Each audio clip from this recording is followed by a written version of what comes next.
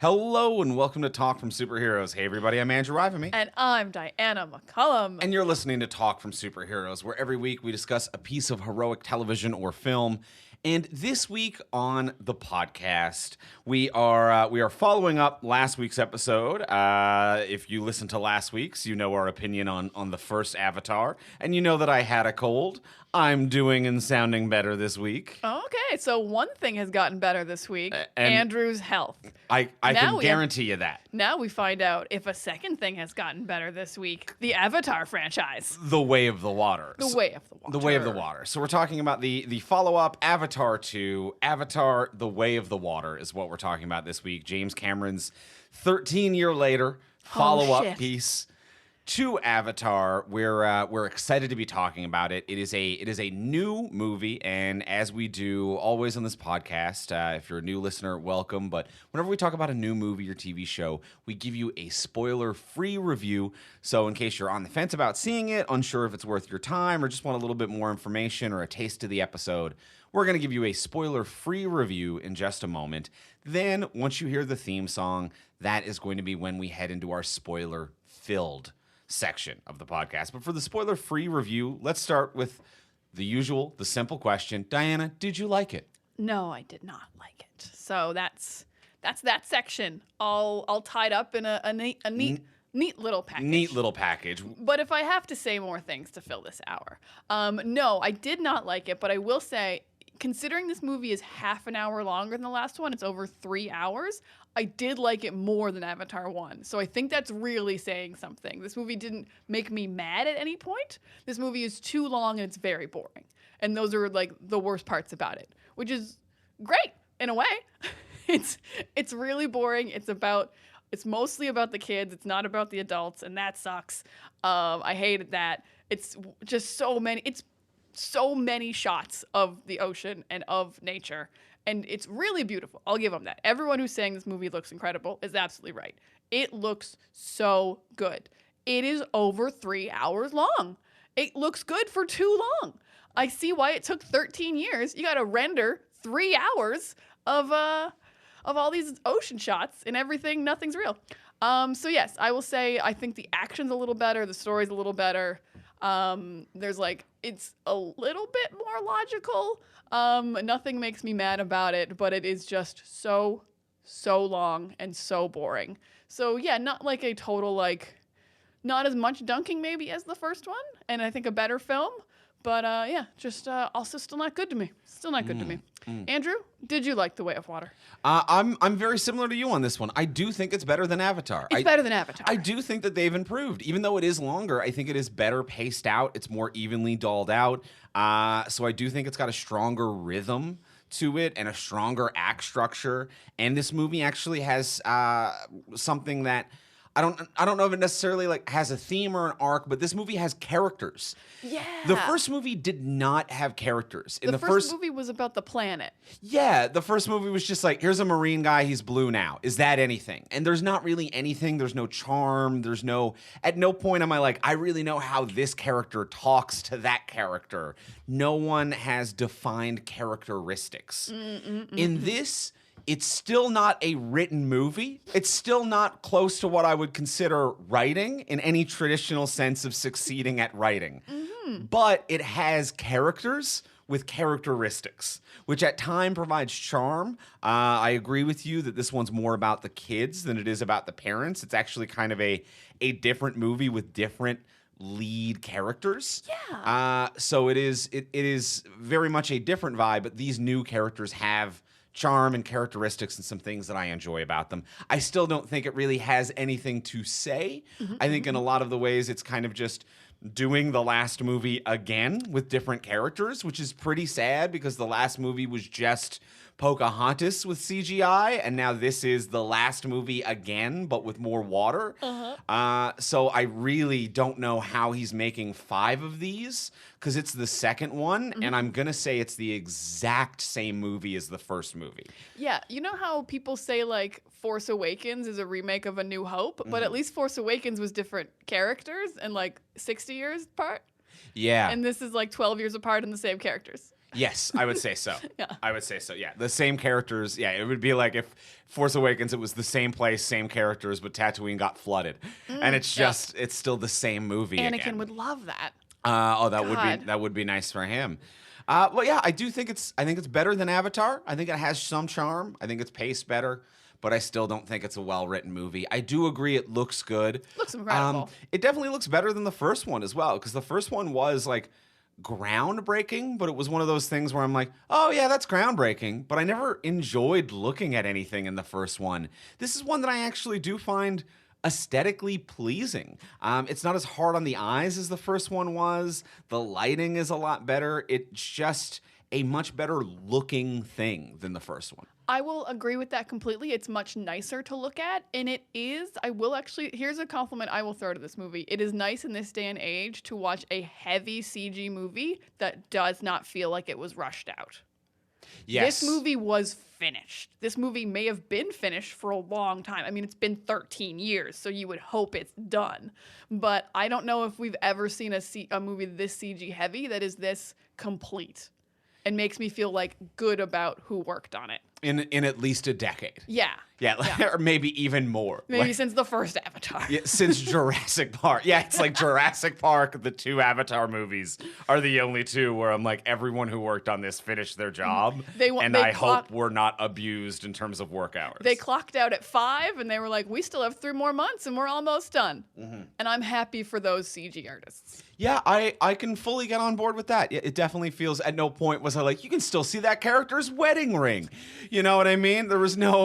Sorry, cats. Sorry, cats. But there was no point where I'm like, this will look good once they release a patch update to theaters for it to look good.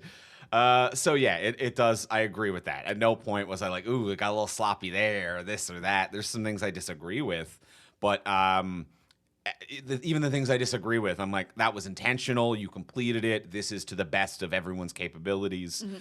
Yeah, visually, I don't really have a lot of complaints. It's really just writing. Oh yeah, just writing. Yeah, no, that's it. And can it be spoiled? Not really. I mean, like, it's not that kind of movie. I don't know. And also, they didn't answer most of the questions I had about things that I think would be a spoiler. It's like, wait a minute. You didn't answer that question. There's a spoiler for you, maybe. If you have a question you're asking the whole movie, they don't answer it. If you have any follow-up from the first movie, they do not get into that. No, more questions, though. Yeah. Which are the same questions, but slightly different questions. Fun. Yeah. So yeah, I'm with you in that regard. I don't think it can be spoiled because it's the exact same movie as the first movie. But also there was nothing expanded upon. There was nothing you could have guessed. There was nothing where it was like, I wonder where they're going to go with that. They didn't go anywhere with anything. It is just a series of random events with random characters, none of which is predictable or questionable. And then, I don't really think it can be. I don't really think it can be spoiled. I don't really think it can be spoiled. In that which is kind of nice. You can just talk about it. Yeah, there are a few twists and turns and a few things, but like pretty. And also, it was a pretty like light turn. You know when you only turn the wheel a little bit.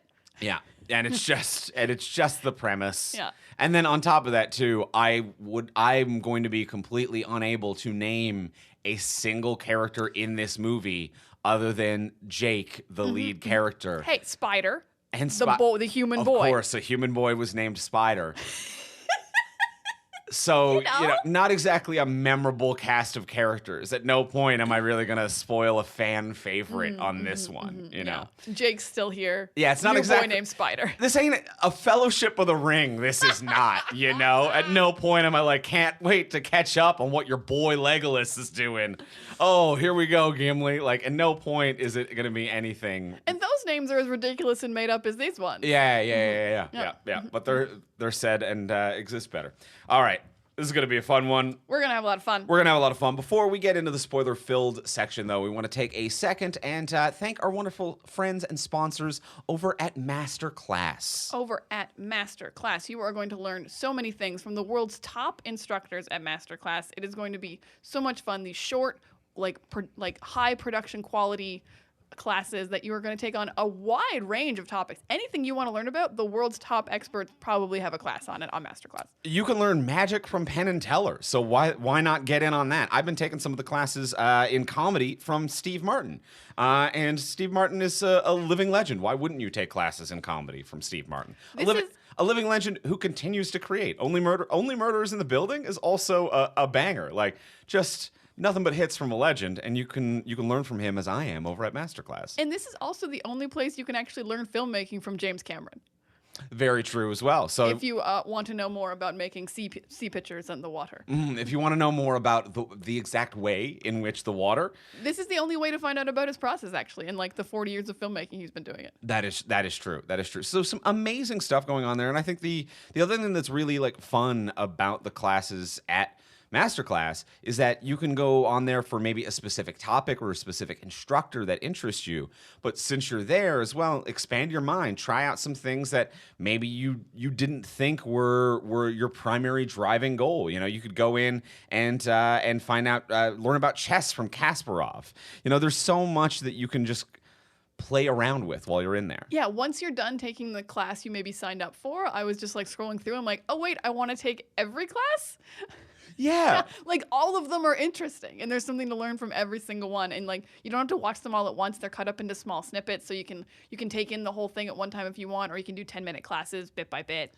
And with a really well-designed app as well, so it's easy to pick up and start and shut down and get back to it. And take notes right within there. Oh, the Notes app. A really well-designed process that they have. So we highly recommend that you check it out. This holiday, give one annual membership and get one free. So go to masterclass.com/TFS today. That's masterclass.com/TFS. Terms apply, and thank you, Masterclass, for your support. Thank you so much, Masterclass. And now let's get into the spoiler-filled section of the episode. Let's talk more about Avatar: The Way of the Water. The Way!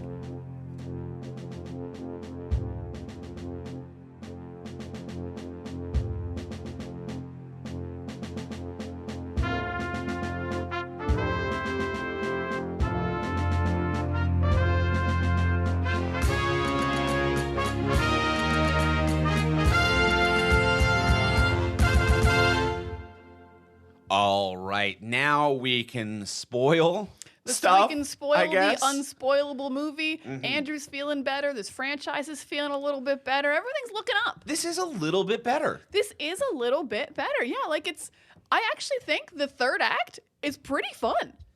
I think that this is a good rewrite of what the script of the first movie was. Ooh, good guy. I see what you're saying. Let's try it again. Yeah, it's really just like, let's give it one more go around the bend. If the first movie didn't exist and this was just the first movie, I'd be like, okay, that's a nice like C to B grade, mid-tier blockbuster movie you got here, James. And if this was the first one, I'd understand why it was 3 hours, because like you would have to reintroduce Pandora again. Yeah. It would be like, oh, I got to introduce Pandora again, which is why this takes so long. Like there's so much about this Avatar business to discuss. Mm-hmm. Yeah, but yeah, it feels like a rewrite. But I kind of think that like that's not bad. They do a decent job of that. They do a decent job of that. I will say off the top, you said you can't imagine what like movies like 3, 4, and 5 are about. And I'm going to throw out my wild theories right off the top about movies 3, 4, and 5. Movie 3, we meet desert Na'vi. We have to learn how to live in the desert. Movie 4, we meet ice Na'vi. We got to learn how to live in ice. Movie 5, volcano Na'vi. They live in a volcano. Sure. So every movie, I guess, we're going to learn a different element. These are my theories. Now, premise-wise, I would agree with that. Because first one's forest, this one's water. Mm-hmm. So then you got to get 3 more, like, environments. I fully agree. Everything about writing and world building, and if this was a video game, that's what they would do. But James Cameron is not fully erect for sand. James Cameron has never woke up in the night having nutted in his sleep thinking about a volcano. But he does that for water. Well, so I think that now that like James did the first movie.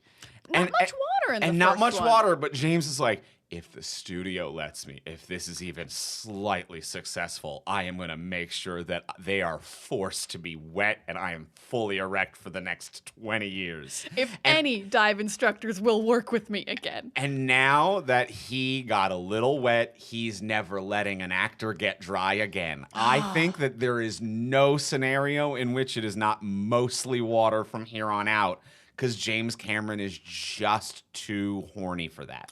I completely agree. I was joking and mocking, but like in format wise, it should be now a different universe every time, a different place of that is the format he's set up. Absolutely. But you're also absolutely right about the water thing. But also, it makes Jake's character so fucking ridiculous to end the first movie as a new race. I'm now a Na'vi. I'm a forest person. And then within a second movie to be like, now I'm an ocean person. I'm like, choose a culture, Jake. Jake, these aren't majors in university, okay? These are wild cultures that you are making yourself a part of and co-opting.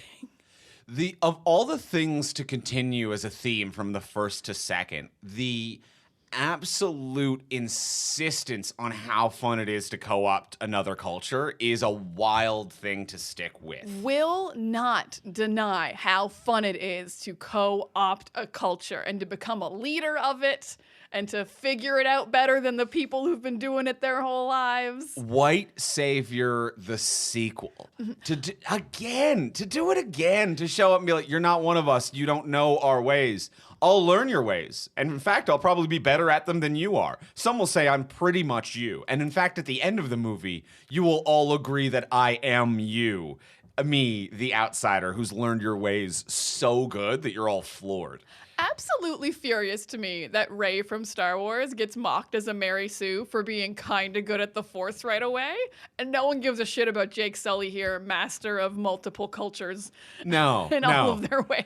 Yeah, it's very silly. It's very stupid. It's highly offensive, and just a movie that thinks that it is in touch with indigenous culture when it couldn't be further away from any concept of it. None at all. And I actually, halfway through the movie, I actually was giving James a little bit of credit because I thought he had actually come up with a different, interesting story, which is the story of immigrating to a new place. Because they're having trouble adapting and they don't fit in and they miss their old home and they kind of just have to live wherever they're told to live. And I was like, oh, this is actually an immigrant story. That's actually kind of interesting. And then it was just we rule this place. Never mind. My son's the only one who can talk to this whale. I'm the only one who can use the big flyy fish. So it just changed very quickly from that. But for 15 minutes, I was like, oh, this is a different story. This is interesting. Yeah. Trying to fit into a culture, but with respect, but also struggling to do it. Well, being forced to do it. I do think that I agree with you. It's close to a lot of different interesting themes, and very similar to the first movie. It's trying so hard to be apolitical that it is something that is an ocean wide and a puddle deep. It lacks any depth whatsoever. It breezes over all of these interesting and these bigger topics, just like the first one, and has no interest in exploring it for fear of alienating any member of the possible viewing audience.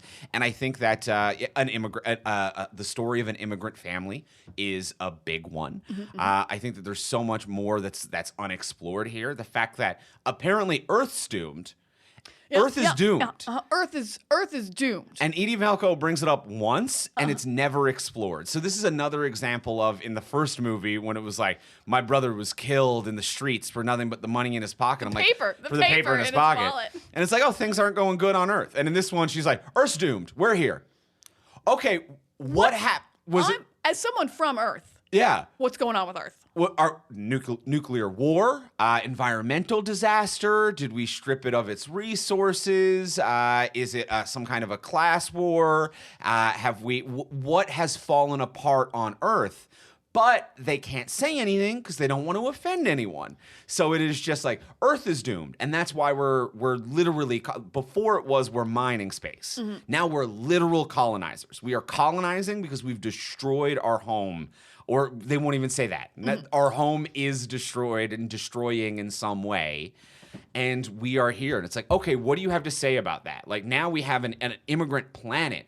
We have a desperate life raft full of people who are probably mourning the loss of the one planet that is the origin of humanity. They've lost their home, much like the Na'vi have. What does that mean as the parallel of a colonizer now who have a home they can't go back to? But the movie has nothing to say about that. Yeah, like has Earth been destroyed? Are you worried that in the 6 years it took you to get here, Earth is now gone? Like, is there a desperate race to colonize this planet now? Is that why the humans are so like, we have to do it, like Earth is dying? None of that. Literally, the only reason I think this line is here, because it was actually a thing I was thinking as they arrived back on Pandora, is I think this is just to explain why they're not nuking the planet and killing all the Na'vi off. Because if they just wanted unobtainium, like the metal, you can kill everything. And then you can mine it. It's a metal. You can nuke it and it'll be fine. So I was like, as they arrived and like all like the stuff from the rocket killed like a bunch of forest, I'm like, yeah, why don't they just bomb the Na'vi? But I'm like, oh, you want to live here, so you can't fucking ruin it. Right. And I think that's the only reason that line's there, to explain why they're not just wrecking this planet. I get it. Functionally, I understand. Oh, but from a story perspective, what does that mean? Mm-hmm. What is the heart of that? How does that change where we're going? And the movie just doesn't have anything to say about that in any way. The hardest, once again, like a series, this is the second in a series of pro-environmental movies that have so little to say, that like it's a movie about literally colonizing a planet and killing the indigenous people.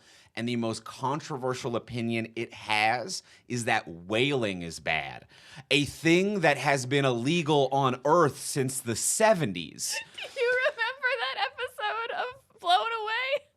Where the girl made a glass thing about whaling, and it's like, this is to protest whaling? Yeah, I do recall that. And the judge is like, that's been illegal for decades. For decades. There are a couple countries, technically, that still do whaling on Earth, but it's very rare. I think, like, you know, America outlawed it in the late 70s or early 80s or something. But, like, the most dangerous thing that this movie has to say is that whaling is bad. Yeah, not colonization is bad, not that war is bad, not that guns are bad, not that strip mining is bad, not that living forever is bad, not that destroying Earth is bad. Whaling is the most controversial thing that this movie has to say. And I will also throw it that is the most controversial thing it has to say. And also the thing I wanted to see the least in this movie, very upsetting about the prolonged torture of that whale, who we're then told is fully sentient and smarter than us. So I just saw basically a giant human get tortured to death for 10 minutes and its baby watched. And that was wildly upsetting to me. Yeah. I hated that part. It was not great. It was not great. Yeah. The toucans. We think it's toucans. Toucan. It's hard seeing a movie on opening night because you can't Google anything about what anything is. The whales. Yes, they're whales. There's just whales in this that are people. The whales are dudes. And just get on board with that. That's a thing that's happening in this movie. Okay, the whales had way too much language. Can we... A full, and for some reason, even the Jake's family, who have never encountered these whales before, intuited what they were saying, I guess. Yeah. Everyone on this planet inherently speaks whale, even though not everyone inherently speaks the same language. Everyone inherently speaks whale. I guess, but Jake's kid couldn't understand him at first. But then the next time he went out to see him, he could. But because they can't talk to other animals unless they tail bond with them. It's not like they ever like are chatting with other animals. So to see these people just go up to a whale and ask it, why are you an outcast? A question that is not like a yes or no question that most animals can just answer with like a nudge or something.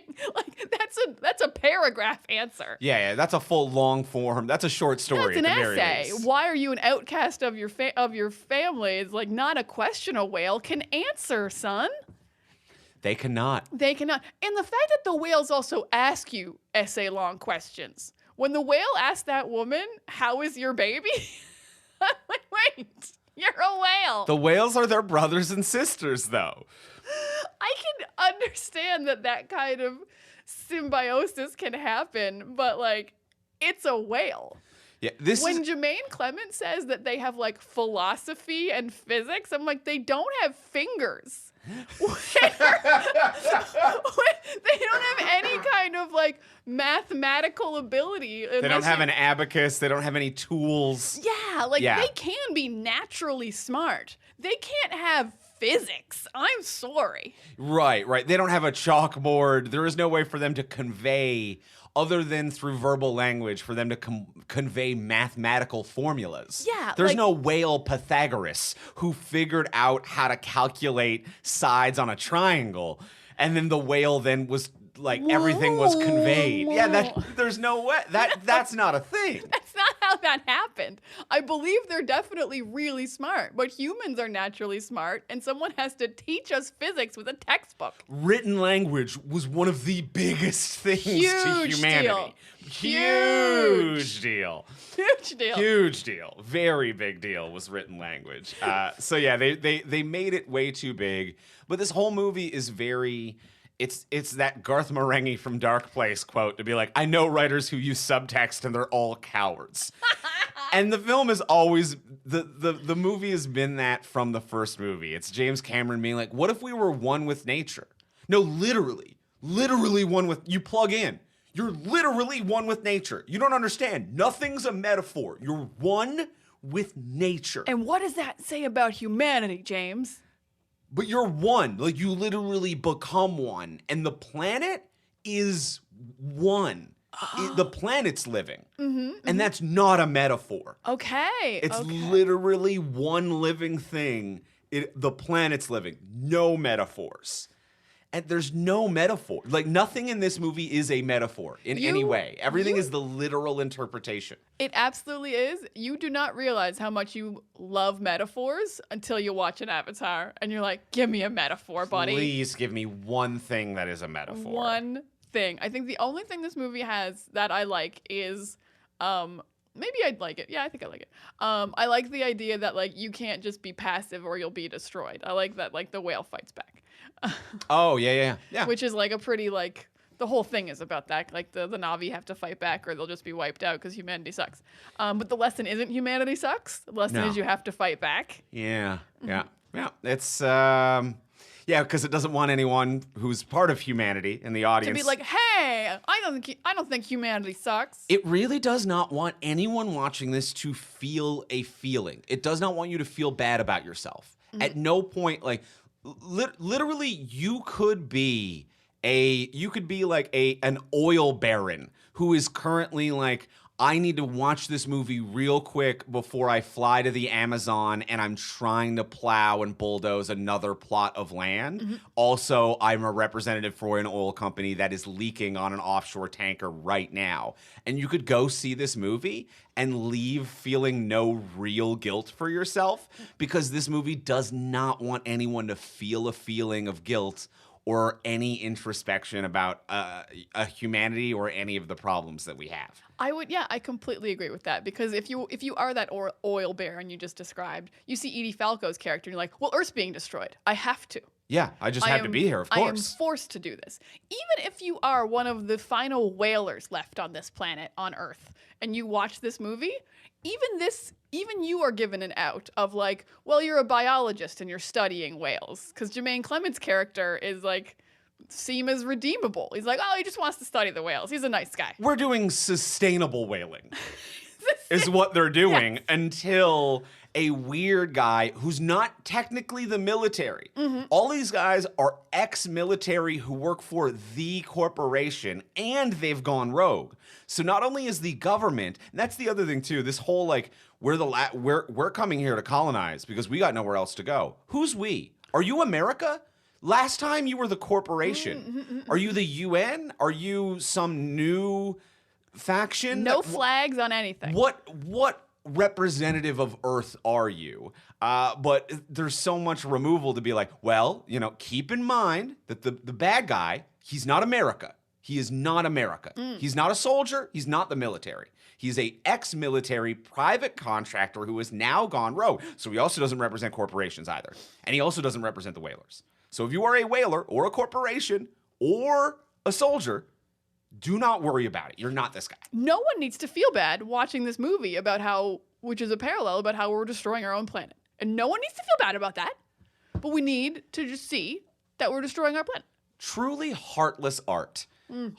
Truly, truly heartless, and not playful art as well. Like, not every piece of art needs to say something about the world that we live in, but you can't do this and not say something. Yeah, and the lack of playfulness is wild for a movie you have decided has 6 child leads. Yeah. To be like, there's 2 adults, it's the parents, and the rest of the leads of this movie are children. I think 6 to 8 of them, perhaps, once we meet the Water Tribe, because Spider's also a kid. So, like, that many children, no whimsy, no fun, no enjoyment, no playfulness. Yeah. Yeah, very, very strange. The thing that was not surprising at all coming into this is that I had very little expectations of like where they were going to go in this movie. At no point was I coming in, I'm like, I wonder how they're going to get back to this planet or what's going to happen here. The only thing I expected coming into this movie, and it 100% delivered, is I was like, Jake is never going to mention his dead brother ever again, which is the inciting incident of this entire series. And they never do. For all of this talk of like family, family, family, family, family, family, family, family, the family member who was a scientist who dedicated his life to studying these people, who died and gave Jake his reluctant job, which led him to a new planet, new family. He has no piece of memorabilia, no like little grave he visits. Oh my God, he never nothing. mentions it to his new family to be like, let me tell you about your uncle. He's the reason that we're all here together, actually. Mm-hmm. There is no sentimentality at all. And in fact, it's never brought up that a DNA matching sequence with an avatar through his twin brother is the only reason he's here. Yeah, that is... Yeah, as soon as they had that little section of like, now I speak Na'vi and it sounds like English to me and we got rid of subtitles, it's like his entire life is gone. Yep. He's been a Na'vi from the beginning. He's a Na'vi with 5 fingers and that's it. Yep. That's the only difference. Like, yeah, this movie is like he didn't exist before Pandora anymore. Yeah, that poor brother. Even though I know that's also Sam Worthington, so who gives a shit actor-wise? I'm like, but in universe, your poor forgotten brother. Killed by a mugger on the street and then just abandoned in memory. And this is a fresh death as well to you, because it was like he was killed and then you spent 6 years in cryo and woke up and everything popped off here. It's like your twin brother died this year. A twin is a huge relationship. This year. Like that, I mean, it was like 12 years ago now because his kids are grown up, but... Yeah, but like during the time he's raising during his the kids montages and during the of montage all the kids stuff. being born. Yes. Yeah, no, he didn't name any of them after his brother. No. I don't remember what his brother was named, but it was none of these names. Nope. Yeah, at no point is Zoe Saldana's character like, let's name one of the kids after your brother in memoriam or respect. There is no aspect of human culture that is welcomed or integrated in any way. Mm-hmm. Yeah, that's a weird part about Zoe Saldana's character, that she doesn't like Spider. Like, you know your husband's a human.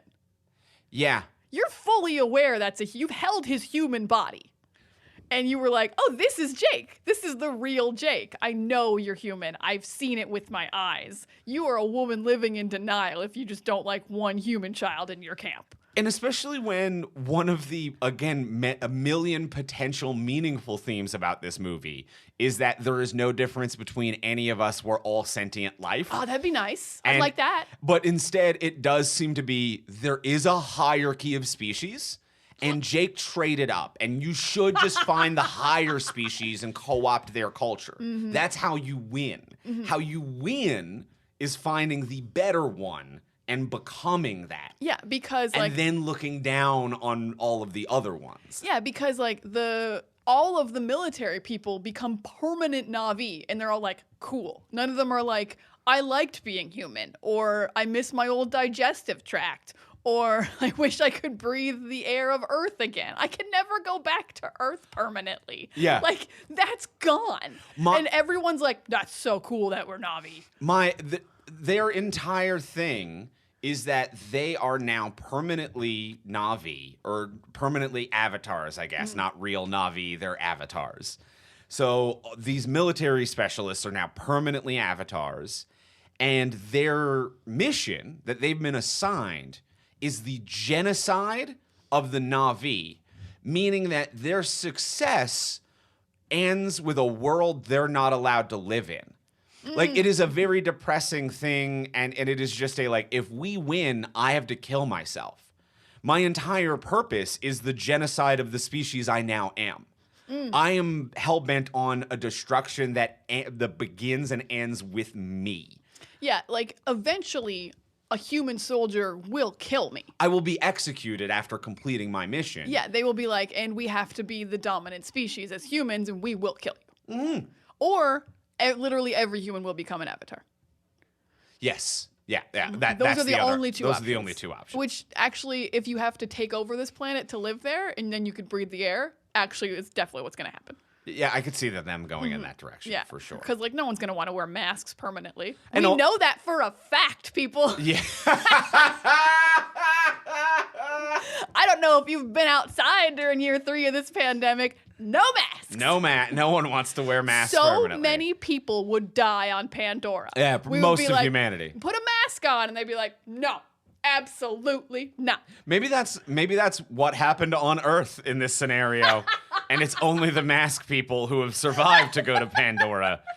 So maybe that's the problem. Even the guy who became the main villain guy, he wouldn't wear a mask in the first movie, if you recall. That is true. He did not like it. Never would put them on, and he ended up dying, and now he has to be an avatar, or he cannot live on this planet. Yep. But there is a lesson here. Wear your mask. Wear your mask. That's the theme of Avatar 2, and I'm going to tell everyone that's what it is. Love it. And no exploration as well of all of the military people who've become avatars permanently. No exploration of the, like, I'm a prejudiced person. Like, all these military dudes being like, I'm racist. I look in the mirror and I literally hate the person I see. Like, I am a wildly racist person who just wants to kill the thing that I see in the mirror every morning. There is no conflict there. They're just like, hell yeah, hoorah. We're the thing we're prejudiced against. Let's go kill ourselves. Nothing further to say or think about this one. Not a single internal thought has happened to a single one of these people. These are the same people who made fun of Jake for being in a wheelchair in the first movie. And they're cool with becoming Na'vi? Like, almost against their will, it seems. Their memories were shoved into avatar bodies against... No, absolutely not. In no world. In no world are they cool that they're aliens now.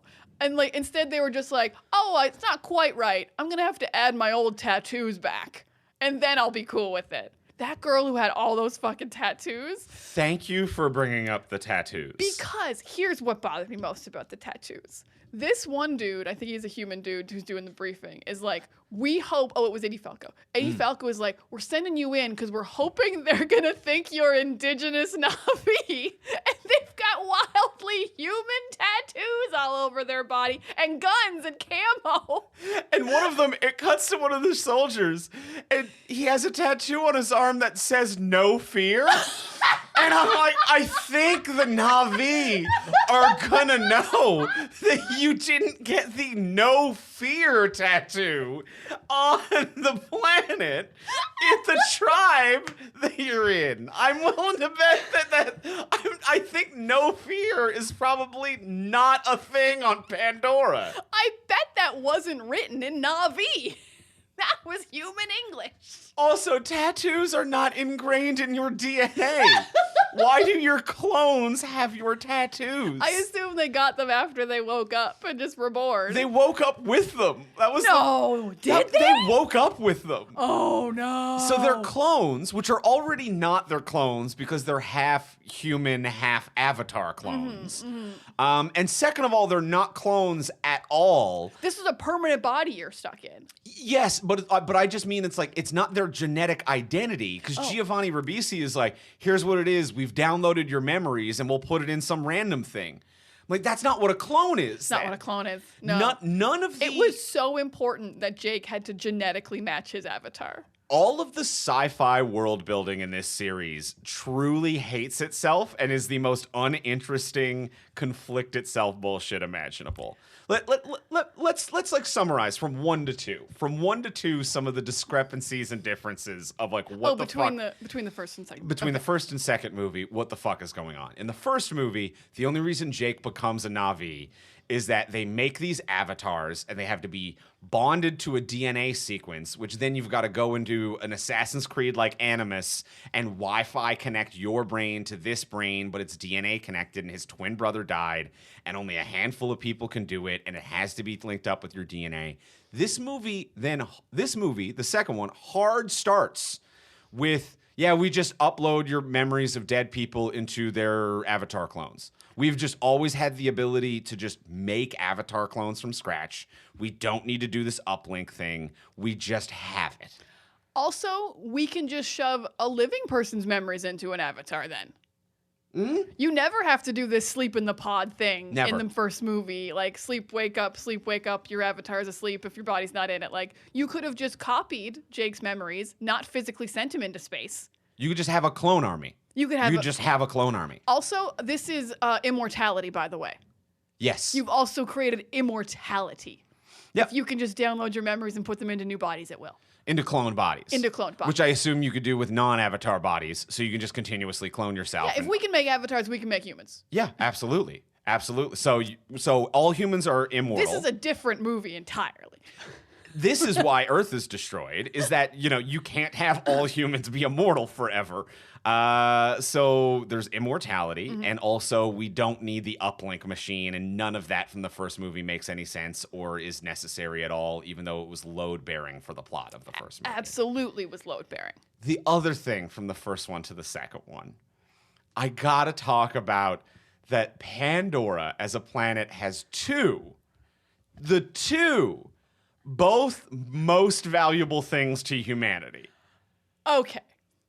So the first movie is we need unobtainium, an incredible power conductor / metal, and we have to mine it and we have to blow up the tree. We're here to mine. This movie triples down and says, fuck unobtainium. Now we need whale brain juice that keeps you from aging. I don't know what it was called, Arcana or something. Arcana or something like that, I believe. And it is, how did you find that out? How did you find out whale brain juice keeps you from aging? Yeah. And also, why do you need to do that? We have immortal bodies now. Put your memories in a new body. There's no reason to. There's so many ways to live in this universe. To live immortally. There are so many ways to just keep living in Pandora. And also you can just shove your memories into the planet of Pandora and you never die also. Absolutely. And so many ways to live. There's so many ways to live forever. What do humans want? Because like this whole idea in the first movie, it's just like unobtainium. We want this metal. It's unobtainium. We just want it. It's worth money. Giovanni Ribisi at one point like holds up like a little sliver of it. And he's like, this is worth $400 million or something. And it's a sliver. And there's mountains of this stuff. And I'm like, I don't know what we use it for. Like at no point are they like our ships are made out of it or anything like that. It's just we just want it. It's just valuable. Shut up and don't think about it. That's the first movie. This one, they arrive. They're like, we don't even want it. Fuck unobtainium. We couldn't literally care less. Wasn't mentioned once. No. Like, and I think it. I don't think unobtainium came up. They don't say the metal. Edie Valgo at one point does say, we're not here to mine. Yeah, we don't mine anymore. She does say that. Literally, it's not worth putting a shovel in the ground. The most valuable thing to humanity is now worthless. And at that point, I'm like, okay, Earth is destroyed. Our previous idea of commerce, maybe like this was a metal only used by the ultra wealthy. Who knows? Maybe it was just a nice looking metal that it was like fucking billionaires made their toilets out of it. Like there was no explanation as to what we used it for. So it's like, well, but now wealth is meaningless. We just need land and a place to live. Our entire existence now is just about hunting for land. But then this movie adds a new unobtainium. A new unobtainium. And I have to say, we complained in the first movie that they never established money. It was like paper in your pocket. And it was nothing was a hard this. The stuff from the whales, Arcana, is 80 million a vial. And I'm just going to say, the way inflation's going, that's real cheap. by the time you get to the future, 80 million doesn't seem that much today to spend to not age. Imagine 80 million. $80 million. That's like the cost of making a low-end Marvel movie. Forget. You couldn't get an Ant-Man for 80 million. Less than an Ant-Man to stop aging. Paul Rudd's got the stuff. Yeah. Paul Rudd already has it. And everyone else wants it, and the bidding war would make it $8 billion. See, I thought you were coming at it from the angle of there is no way that operation costs less than 80 million. Ah, that as well. As well. There are teams and teams of people and spaceships, and people die, and it is massive. A massive operation. And there's no way they make it. And also, who's buying it? People on the planet? People on Pandora? People back on Earth? Who are the immortal people who are paying you for this? Because I thought society had collapsed and it was only the military. Mm-hmm. Because why would you have this many ships for this much of a thing that's worth a little bit of money when it's literally not worth digging into the ground with a shovel to get the other most valuable thing in human existence? Yeah, and also it takes 6 years to get it back to Earth if people are buying it. I'm going to throw this down. You would have to kill probably, I can't do math very quickly. I'm going to say you would have to kill probably over 100 whales to make as much as Pandora 2 is going to make in theaters. Oh my, or Avatar 2. Avatar 2 is going to make $1 billion, easily. It's making $500 million opening weekend. It is easily going to make $1 billion. Each vial of this whale is worth $80 million. So when you watch Avatar 2, if you haven't already, or think back on your time watching Avatar 2, all of the people who died, the massive helicarriers that were grounded and destroyed. Dozens of deaths. The decades-long operation, they need to do like a dozen of those to make the financial wealth of Avatar 2. They could have just made Avatar 2. They could have just made Avatar 2. They could have just opened a movie studio and made Avatar 2. Oh my God.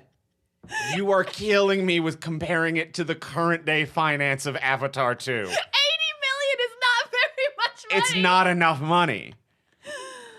I mean, that's what I'm saying. I mean, they don't say it's US dollars. It could be it could be galactic credits at this point. But no matter what, the world building here is not fleshed out in any way that is satisfying. I can agree with that. Okay. Oh my God. Wow. The financial, I'm going to have to do the later I'm going to look up and have to do the conversion on that to be like Avatar 2 cost this many of the vials equals this many of whales. Immortality. Mm-hmm. This many vials of immortality is what Avatar 2 cost. Oh, I can't wait to find out the math on that.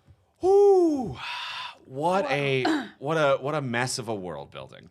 Absolute mess. I'm gonna get into some positives because this has been fun, but I do actually quite like Act 3. The action's really good. When that whale fucking wrecked that boat, I genuinely cheered. Oh, wow, okay. I was really happy for that whale. I was really happy that those kids were going to get off that railing finally. A lot of joy was going through me. It was just nice to see, like, nature fight back. I was like, yeah, this fucking whale's had a bad time. You're getting wrecked by him. And the whale was so cool. Like, it actually... I'm going to backtrack a little on this whale. Actually, I agree it's smart. It doesn't know physics. But, like, when it's, like, blocking torpedoes with its hard head and stuff, I'm like, this whale rules. And the only whale that will kill is the funniest fucking thing. I'm the only killer whale. Yeah, that's fun. Yeah, I'm going to befriend the only killer whale. Yeah, when he jumped on that ship, I was like, this rules. That was a little bit satisfying. I agree. It was, and this is a very sad point I'm going to make. Literally the best fight in the movie was when you went to the bathroom and you didn't see it. Because it was Jake and Zoe Saldana's character, Neytiri. Neytiri, I got it. Oh, wow. Uh-huh. Good God, good on you. But Jake and Zoe. After their son dies, they go full Rambo on that boat. and like in a cool way. Like Jake's like strafing and like drawing fire, and Zoe Saldana is like assassinating fools with her bow, and it's like a really cool like dual attack, and they're both just going for blood because they're so mad about their kid. The choreography was really good. I was like, this is a killer sequence, actually. Oh wow, that's cool. I missed that because the human bladder can only hold so much. It's a 3 hour and 10-minute movie. And I was like, I've got a minute, and I didn't realize I would be missing the best thing. But I'm happy for that. I do agree that the pacing of the third act was a little bit better for me.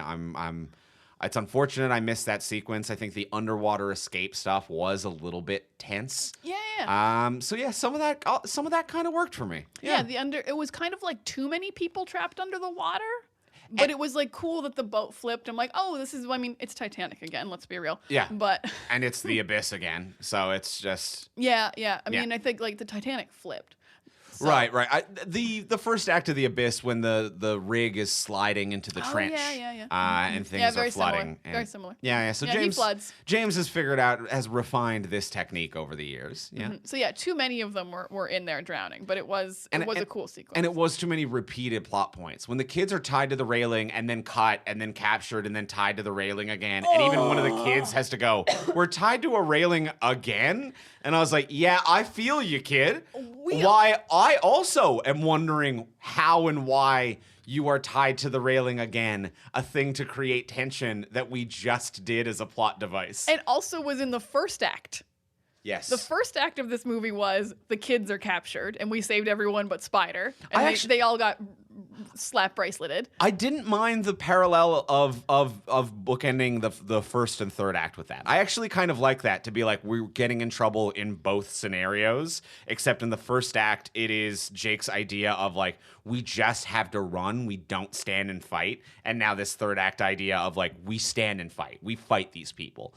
So I kind of like it being, I felt like that was more thematic parallel than it was repeating. Oh, okay. Whereas the tying to a railing literally 3 minutes after one another is just like, well, then why did we cut them loose a second ago? We could just actually like cut 8 minutes of film, and I would not notice that anything had been missing. Yeah, it was like different kids got tied up this time because there's so many kids. But yeah, it was very dumb. The kid actually drawing attention to it made me be like, so you noticed that they were tied up too much.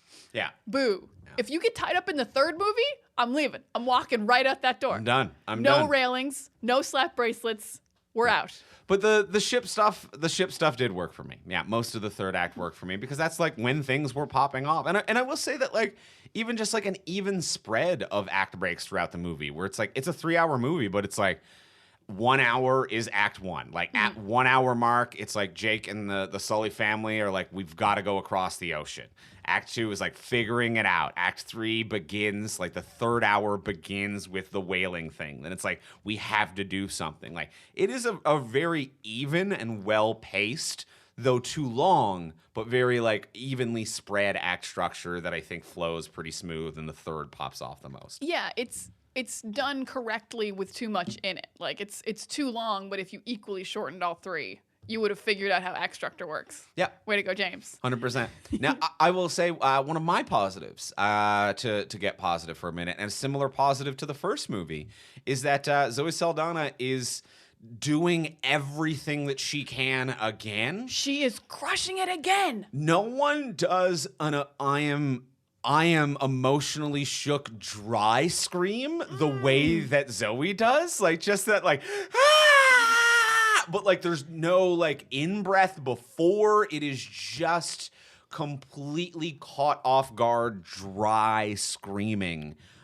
She really channels into a lot of emotion of this in a way that I don't know how you did that for the scenes you were filming, but boy, you did more than you needed to. Yeah, her ability to like portray emotion through like the CG of it all is incredible. She is the most emotionally rich character. She's the one you feel actually is feeling emotion. She is, yeah, the way she is just screaming, but it's not too much. But also it really highlights how much this character has suffered, because you just watch 2 movies in a row where like her tree dies, her dad dies, her kid dies. She has to leave her home. Like she's constantly just in tortured, which sucks a little bit. But like, yeah, she is the emotional resonance she brings to this character is absolutely flawless, and she's a badass like actor and fighter as well. Because I think she did her own mocap.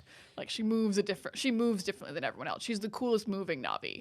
Yeah, I think she has a dancer's background. She does have a dancer background in real life, so that definitely helps with the choreography and the flow of it all. She looks so good. Yeah, she's really embodied this this species. I think more so than any other actor on this set has. Is that like she is the definition of. If you're, bringing on a new cast member to be like, you're playing a Na'vi, go over there and talk to Zoe, analyze how Zoe moves. That's what James doesn't know how these people are. Zoe knows who these people are. Zoe is the Jake Sully of the Avatar movies. Yes. She became a Na'vi. She has fully become one. But it's okay that she did it because she invented them. So I'll give kudos to her for a phenomenal performance. I'm gonna give kudos to, you're so far down, Jack Champion, who played Spider. Not so much like performance, and maybe I'm only gonna compliment him because he's the only one who's like, I can see your physical body is doing all these things, and I don't know what CG is doing for everyone else.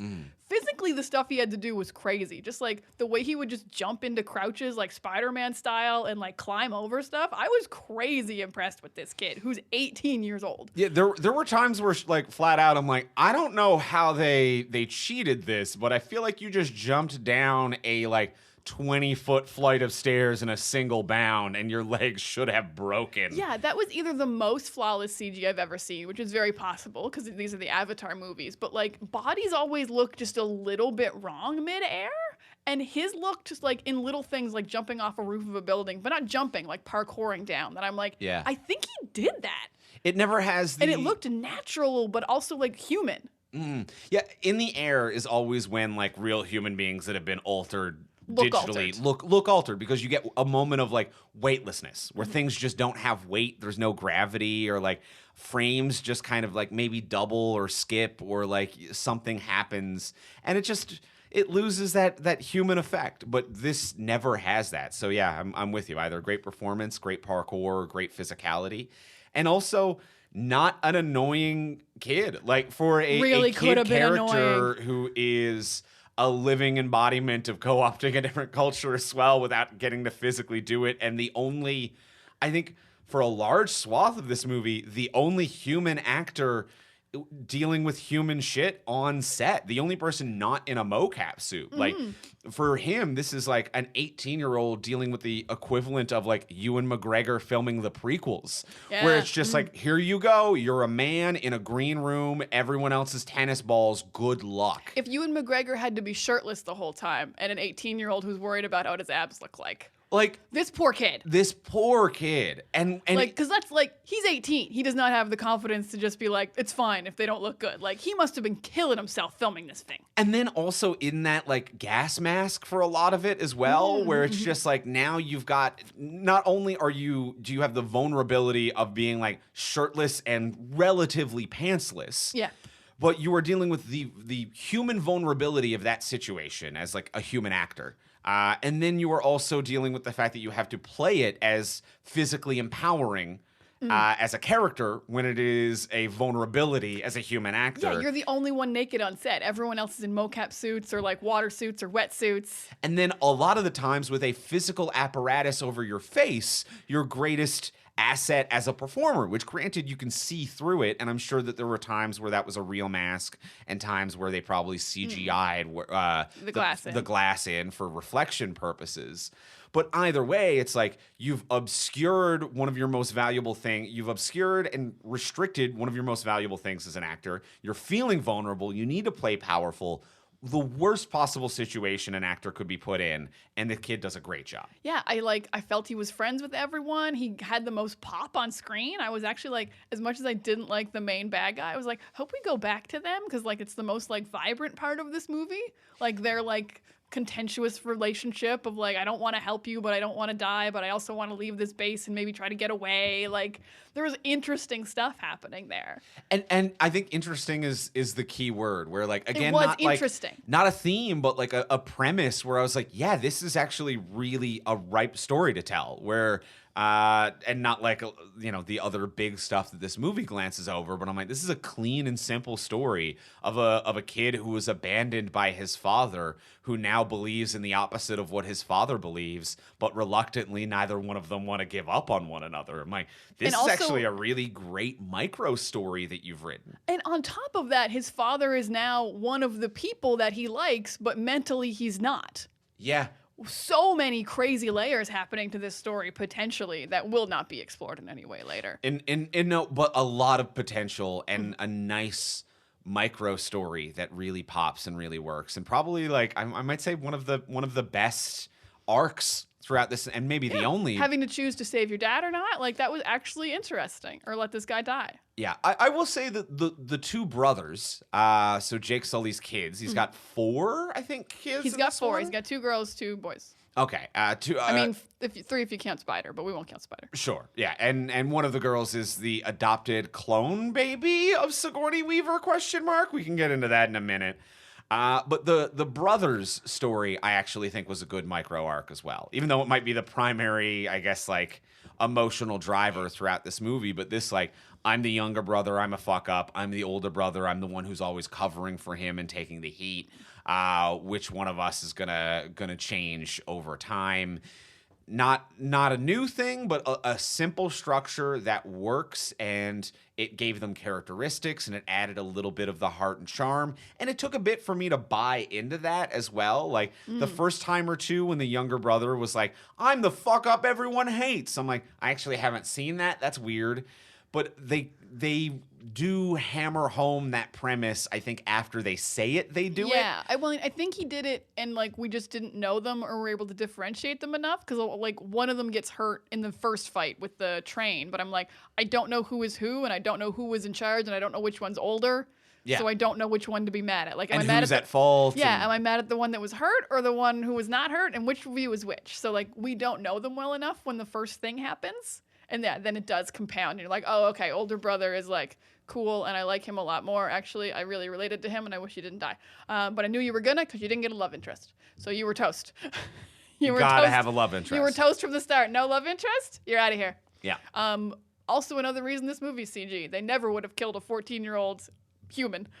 Ooh, I see what you're saying there as you well. You can kill a 14-year-old if it's a blue person. Yeah. This movie was a little bit more violent than the first one, though. That dude's the whaler's arm?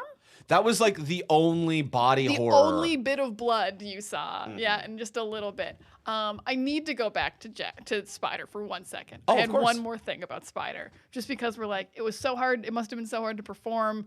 Everyone else is in CG and suits. You're naked or whatever. And on top of all of that, he is told, all right, here's your character. You want to be a Navi, and also you have a love interest. You're going to be like a little flirtatious. You're going to like each other. So this is your scene partner for your love interest. It is 71-year-old Sigourney Weaver. Is the scene partner to this young boy. Yes. And they have to like play and flirt. Sigourney Weaver played her old character and this young character. So that means this kid was like, oh, hi, Sigourney Weaver. Let's play this poor child. Yep. I need to see behind the scenes footage of this.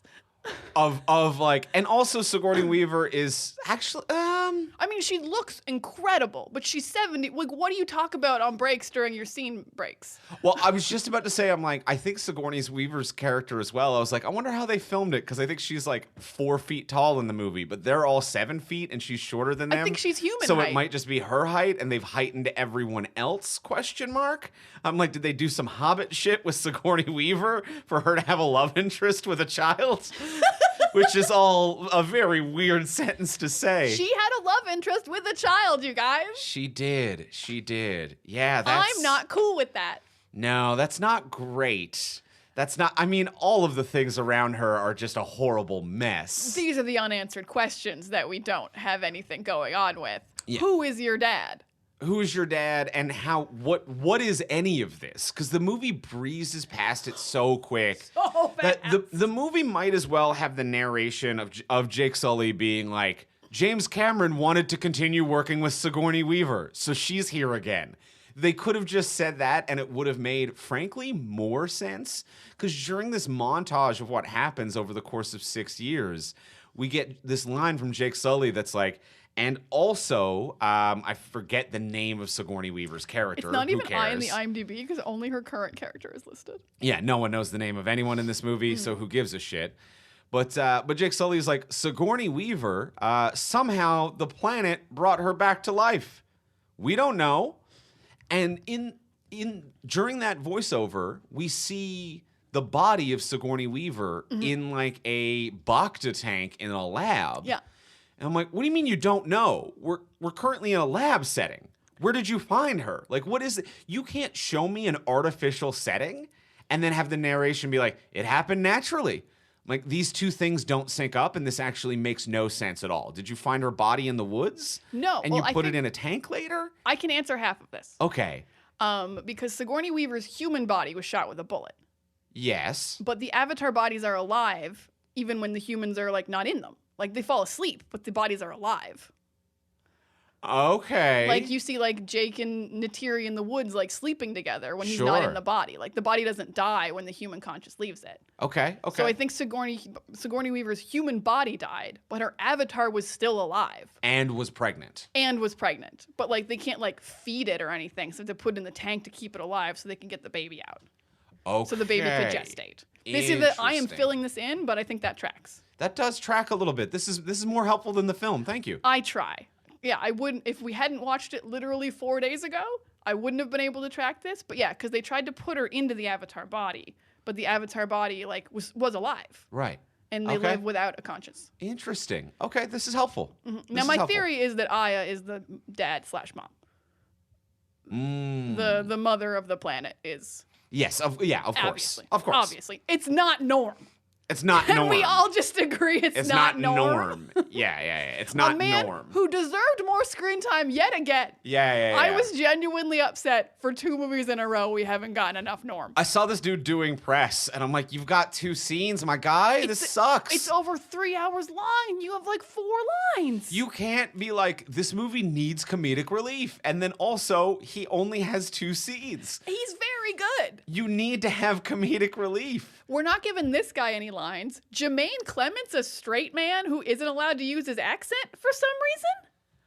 What was that? What was that? But the other guy had an accent. Everyone else on the boat is from New Zealand. Why are you American, but only after the first 3 words that come out of your mouth? Oh, you noticed that too, the first 3 words he said every time were Kiwi, and then every other word was American. He's like, I can't do it the whole time. I have to get into it. Wow. Yeah, it was just like, I'm a marine biologist. My name is Dr. Stephen Smith. I look at the whales all of the time. And then, all right, cut. New scene. All right, do your line again, Jermaine. Okay.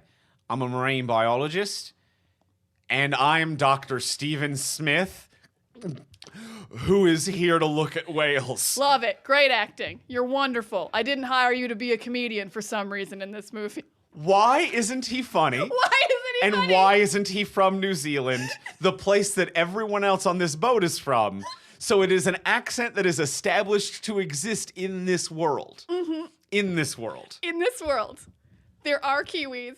It's so weird. And, like, did he go to, like, the Sam Worthington School of Accent Work? Right? Like, it's so bad.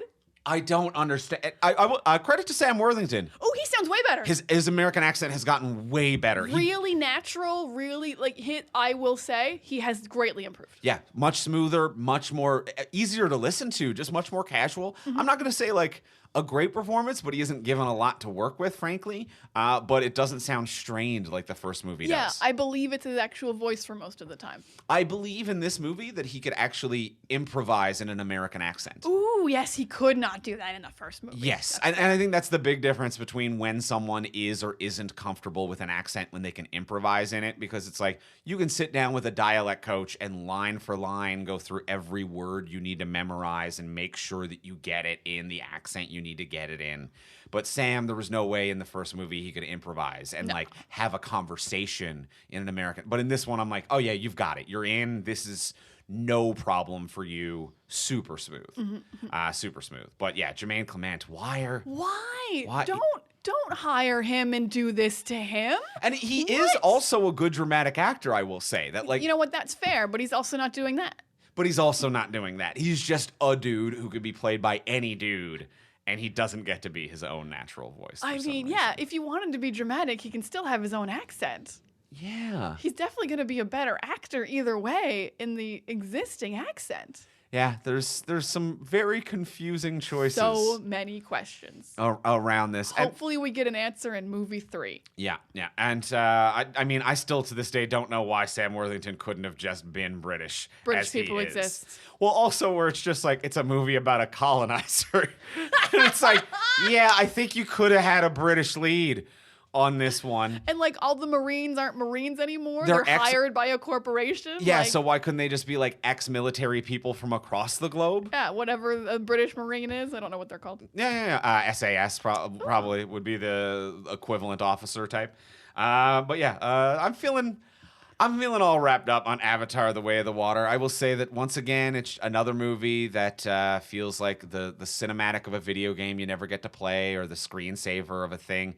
It looks pretty, but I think someone can get what they need to get out of watching the trailer in 4K on a nice monitor at home. Yeah, I will get that. I believe that is true. I'm happy that I haven't heard that no one nearly drowned in this movie, but maybe they also were just better at covering it up these days. I worry that is also the case, but I am glad that everyone managed to film this movie and leave it safe, successfully safe, despite the dangers of filming with water. Mm-hmm. Yeah, Sigourney Weaver is 71 and held her breath for 6 minutes. For 6 minutes to do a scene underwater, a thing that you do not need human legend and actress Sigourney Weaver to do. Nope. Don't kill Sigourney Weaver. I like her. Please don't kill Sigourney Weaver. I like her a lot. Well, I'm feeling good. You feeling good? I'm feeling good. I think this was a good breakdown of Avatar: Way of the Water. All right. Well, let's go in for the close. Let's ask the final question of what would you change? So now that we've discussed everything we've discussed, what would you change about this movie if you could change anything? Before we do ask that final question, we want to thank our other wonderful sponsor of today's episode. We want to thank our friends over at TeePublic.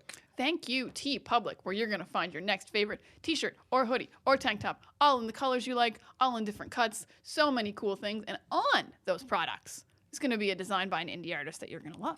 Great design, submitted by an independent artist who's getting commissions for their work as well. And all the products I find at teepublic.com, they're well made, they're well priced, they're shipped right to your doorstep.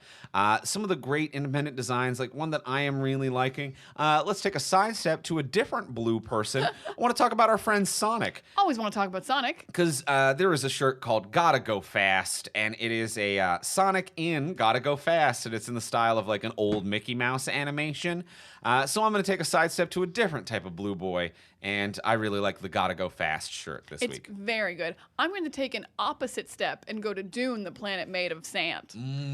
My shirt is Dune, and it's so cool. It is like Paul Atreides in silhouette, and the two moons of Arrakis are like in his body, and it just says Dune, and it's such a wildly cool. It's like got a glowing effect to it. It's such a wildly cool shirt. Dune. You guys know Dune. You gotta say Dune. You gotta say Dune the way that Timothy Chalamet says Dune. And Jason Momoa says Dune. And Jason Momoa. But Dune. I'm not surprised Jason Momoa says Dune that way. I was surprised Timothy Chalamet said Dune that way. That's how you say Dune. Dune. So you can find the Dune shirt or the Sonic shirt, as well as any of the other ones that we've mentioned on previous episodes, are available in our storefront, which is at teepublic.fromsuperheroes.com. That is teepublic.fromsuperheroes.com. And when you shop through that link and purchase anything, not only do you support the artist who designed that particular design, but you also directly support this podcast as well. So have a look, teepublic.fromsuperheroes.com. And thank you, TeePublic, for your support. Thank you, as always, teepublic.com. And a reminder to our regular listeners, please take a moment to rate, review, and subscribe before moving on to this final section. You can do it while you're listening. Yeah, you've got an app open right now to listen to this. Go pop it open, leave us 5 stars. That's all we want for Christmas. We don't ask for much. We would love a 5-star review and a couple of words about how we're nice. It makes our hearts warm. It makes the holidays better. We'll pour ourselves a little drink and be like, we did it. 5 stars. And make that the holiday gift to a few different podcasts that you listen to, because it helps every podcast in the algorithm. It helps any podcast that you love. It helps us find new listeners and get recommended to new people. So while you're there, it's easy to like hammer out a couple. So pick like 3 or 4 of your favorite podcasts. Go in, Spotify, Apple Podcasts, Podcast Addict, wherever. Hit the 5 stars. Leave a review if you can. And it really helps out. And that's a free way to support the podcast. But if you do want to support the podcast monetarily, then you can hit us up over on Patreon, which is a monthly subscription service where you can subscribe at whatever is in your budget. $1 to infinity. You have unlimited options. We'll take infinity. We'll take infinity. We'll take $80 million. There we go. That's a more realistic amount because infinity is not a number that I think the website allows you to input. All right, we'll take 1 bottle of whale juice. 1 whale juice bottle. Another monetary unit I don't think the website allows you to input, but one monetary value they do let you input is, for example, at the $10 hero level, every month you get an exclusive episode, a bonus episode of Talk from Superheroes. This month we talked about The Abyss. The other James Cameron water boy. And, oh boy, James, you think we dunk on James Cameron in this episode? James Cameron did, I'm going to say, some actual criminal crimes while filming The Abyss.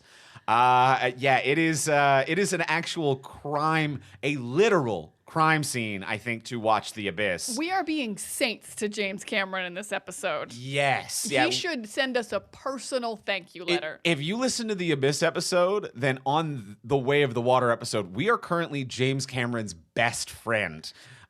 In contrast, so that is a wet and wild episode. Oh, The Abyss. That's only available on our Patreon page. And if you subscribe to our Patreon, you can always cancel or change your subscription level on any given month if your finances should change. So head on over to patreon.com/FromSuperheroes. That's patreon.com/FromSuperheroes. And thank you so much to all of our patrons. Thank you so much. And now let's go in for the close. Let's ask the final question of what would you change? Diana, what would you change about Avatar: The Way of the Water? Oh, a movie if you could change anything. A movie I love so much. I know, you love it so much. What would I change? Honestly, this is like real bare bones. I'm going to make it an hour and 45 minutes. The main characters are Jake. Oh, Jeff? His name's Jeff now. His name is Jeff now. Jeff. Hey, this is my change. Okay. His name's Jeff now. No, Jake and Natiri are the main characters. They can have kids. They will not have this much screen time. I don't care for children. Even though these kids aren't too bad, Spider especially, I'm still just like, who introduces 4 to 8 children in a movie as new characters? This is insane. So the kids have almost no development. They're basically just kids. This is a movie about the characters we already know and their continuing journey as people. Like, they are not the leads of this movie, Jake and Natiri, which is wild because, like, Jake is the lead at the end and the beginning, but not in the middles. And I don't care for that. So they're the leads the whole time. And so we just cut out most of the learning about water stuff, and then it's an hour and 45 minutes. I don't care about water. It scares me. Don't torture whales. We're not going to torture any whales. No more arcane $80 million stuff. It's basically just, oh no, the bad guys found us at the water. We were at the water park. They found us. We fought them off. Hour 45. I think it'd be a great film. I think I'd actually kind of enjoy it, and it would be a banger. Because the action in Act 3 rules. I actually think Act 3 was pretty fun. So if it was mostly Act 3, I think it'd be a pretty good movie. That's my change. Andrew, what would you change? I see what you're saying. I might have a slightly opposite change from that one. I agree. I'm not a huge fan of plucky kids in a movie, and I think the introduction of 8 new characters, this does make it the first movie in almost a spin-off series. Like, I almost feel like there was Avatar, then there's The Way of Water 1, and the next 3 movies will be The Way of Water 2, The Way of Water 3, The Way of Water 4. Yeah, this feels like when they make like a Disney spin-off starring kids. Yeah. So I think that actually like makes more sense for this franchise, quite frankly, because it doesn't have enough depth for any adults. But my change, and to respectfully disagree with yours, I'll take it, is that I think you don't get to make the same movie again. I'm going to say none of the characters who died in the last movie get to come back. Sigourney Weaver is not here with a clone baby child with her also current body is still in a thing, also with flashbacks and video screens. Sigourney Weaver's gone. You killed her character. You killed her character for emotional resonance. You did that. It's done. Sigourney Weaver's gone. Live with your choices, James. Yeah. All of the military boys whose main conflict was, what if I could kill you? I didn't. Fuck. That story's done. You told that story. The story is over. So I think the military boys don't come back as permanent avatars, and Sigourney Weaver doesn't come back as her own clone baby. And it is a movie about Jake Sully and his family trying to move on from what occurred. And my main thing for this would be that it should be like the ships from Earth land, and it's like, Earth's fucked, we need to live here now, so this is our planet. And I think that it should be like, we're not trying to attack them like last time. Last time we were trying to attack you to get your resources. We're not doing that anymore. And Jake and his family are like, we're just trying to survive now. We're giving them their space, and we're just leaving them alone, and we just want to live, and we want to coexist, and like, we just don't want to fight. No one wants to fight anymore. Because I think part of the lesson this movie is kind of doing is that like, you cannot be passive towards destruction. Destruction will come for you all the same. So I think the industrialization and colonization of this planet should be polluting and destroying the water. And then the water tribes like have to come to the forest tribes and be like, what the fuck are you doing? You don't get to sit and wait for the earth to destroy itself. I get that no one's shooting at you right now and that you don't want to fight, but passively waiting for death is worse than dying in a fight. Passively letting humanity destroy this planet. They shouldn't have to come blow up your home for you to fight against them. Some real Andor shit. That's my thing. Yeah, is that you do not wait to be steamrolled by the inevitability of greed. You do not wait to be steamrolled by climate change and just aggressive industrialization and colonization of your planet. You cut it off early. Love that. So I think that is the theme, and that is a different movie than from the first one.